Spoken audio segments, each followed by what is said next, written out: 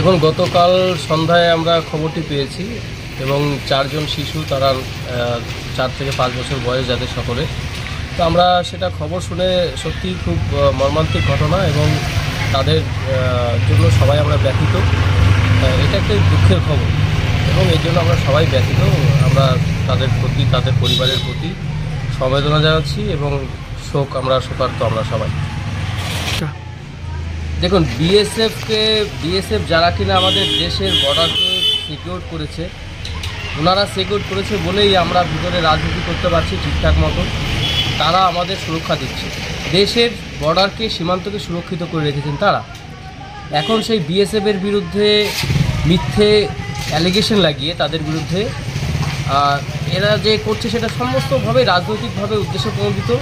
আসলে সন্দেশখালিতে যেই রকমভাবে উত্তাল হয়েছে সারা পশ্চিমবঙ্গের সমস্ত মহিলারা, বিশেষ করে ভারতীয় জনতা পার্টি থেকে শুরু করে বিরোধী সমস্ত রাজনৈতিক দলেরা, এবং সারা পশ্চিমবঙ্গ যেখানে উদ্বেলিত, সারা পশ্চিমবঙ্গ যেখানে ভীষণভাবে প্রতিবাদে সরব হয়েছে, আজকে সেখানে আমাদের সুকান্ত দাস যেইভাবে গেছিলেন, সেখানে শান্তিপূর্ণভাবে মিছিল নিয়ে বিজেপির মহিলা মোর্চার যারা রয়েছে তাদেরকে নিয়ে, সেখানে তাদের প্রতি সেখানে ইট ছোড়া হয়েছে, ইট পাটকেল ছোড়া হয়েছে।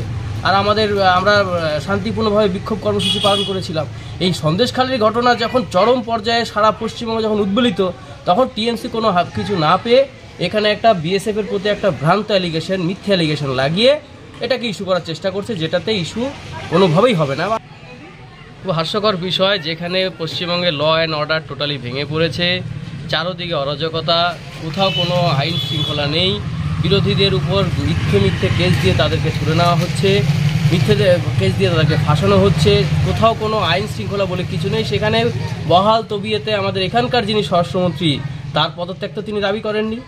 যেখানে বিএসএফের কোনো ভূমিকা নেই, বিএসএফ কোনোভাবেই সেখানে জড়িত না, তাদের উপরে মিথ্যে অ্যালিগেশন দিয়ে বাচ্চাদের মৃত্যুর প্রতি আমরা সবাই শোকার্ত, মর্মাহত এই ঘটনা। কিন্তু মিথ্যে আরোপ লাগিয়ে, বিএসএফের প্রতি মিথ্যে আরোপ লাগিয়ে স্বরাষ্ট্রমন্ত্রীকে পদত্যাগ দেওয়ার যে লাগিয়েছেন দাবি, সেটা একদম হাস্যকর বিষয়।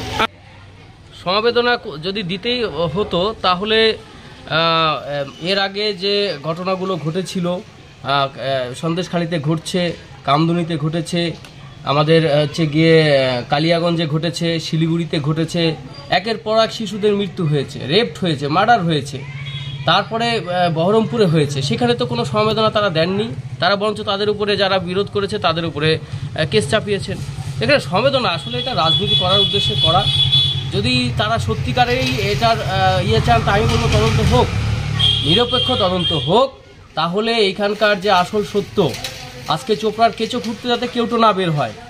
আমি যারা এখানে রাজনীতি করছেন তাদেরকে বলছি যে দেখবেন যে আপনারা এটা নিয়ে আন্দোলন করছেন, দেখবেন যে এটা যদি আবার সমস্ত সঠিকভাবে তদন্ত হয়। আমিও কেন্দ্র সরকারের কাছে দাবি করছি নিরপেক্ষ তদন্ত হোক।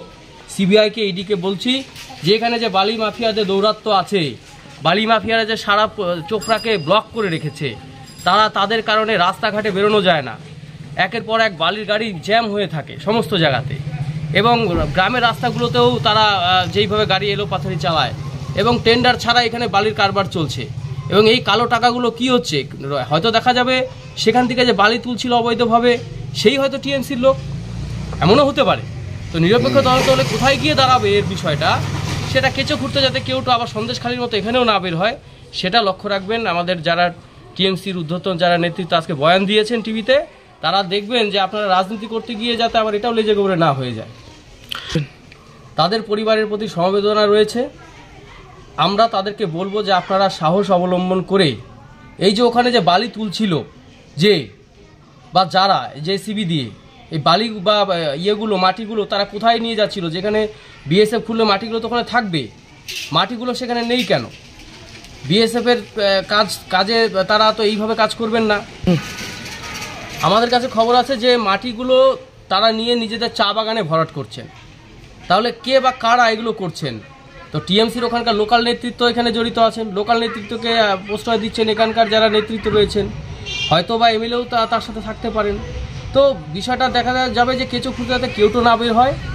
আর আমি বলবো লোকাল যাদের মারা গেছেন তারা সাহস অবলম্বন করুন, তারা কথা বলুন যে সত্য ঘটনা কী, এবং আমাদের যাতে আমাদের প্রতিনিধিরা যারা আমাদের এমপি রয়েছেন, এমএলএ রয়েছেন, তারা যাতে সহযোগিতার হাত আপনাদের প্রতি বাড়িয়ে দিতে পারে, তারা আপনাদের কাছে পৌঁছতে পারে।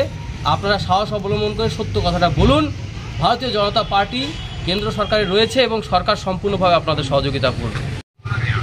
না, তিনি দেখুন, টাকা দিয়ে কোনো মৃত্যুকে আমরা কম্পেনসেট করতে পারি না, ক্ষতিপূরণ টাকা দিয়ে হয় না। যেটা জীবন চলে গেছে গেছে, পরিবারের প্রতি সমবেদনা জানানো যায়, তো সেটা তিনি করছেন। যাক, ভালো শুভবুদ্ধি তার, এই কাজে করেছেন। তিনি তো মদ খেয়ে মারা গেলেও টাকা দেন, তো এইখানে ভালো কাজে দিয়েছেন, ভালো বিষয়। তবে ভারতীয় জনতা পার্টি আমরাও চাই পরিবারের পাশে আমরা দাঁড়াতে, এই বিষয়টা সত্য উদ্ঘাটন হোক, কেন্দ্র সরকারও যাতে আমরা সহযোগিতা করতে পারি। কিন্তু তার জন্য পরিবার যারাই এখানে ব্যথিত পরিবার রয়েছেন, যাদের এই সাথে এই ঘটনা ঘটেছে, তাদেরকে কথা বলতে হবে, সত্য কথা বলতে হবে। এবং যে জেসিবি নিয়ে তুলছিল তার আসল পরিচয় কি, সে কোনো পার্টির সাথে যুক্ত আছে কিনা, এটা পরিবারকে, কিন্তু যেগুলো পরিবার 4 জন বাচ্চা মারা গেছে তাদের পরিবার যদি মুখ খোলে, তাহলে ভারতীয় জনতা পার্টিও তাদের সাথে আছে। আমাদের এমপি, আমাদের দার্জিলিং লোকসভা কেন্দ্রের এমপি মাননীয় রাজু বিস্তি মহাশয়জি, তিনি বারবার এর উপরে ওয়াচ করছেন এবং আমার সাথে কথা হয়েছে তার। তিনি এই বিষয়টাকে পার্সোনালি মনিটর করছেন। ডিআইজির সাথে তিনি কথা বলেছেন, এসপির সাথে কথা বলেছেন, থানার আইসির সাথেও তার কথা হয়েছে। আমার সাথে অনবরত যোগাযোগ চলছে তাদের, এবং নিশীথ প্রামাণিকও এই ঘটনার উপরে নজর রেখেছে। তো তারা যদি সেই রকম বিষয় হয়, এখানে যদি মানে আশার পরিবেশ তৈরি হয়, তাহলে অবশ্যই তারা আসবেন এবং পরিবারের পাশে তারা দাঁড়াবেন। আপনার নাম? আমার নাম ভবেশ কর। কোন দায়িত্বে রয়েছে? আমি শিলিগুড়ি সাংগঠনিক জেলার জেলা সম্পাদক।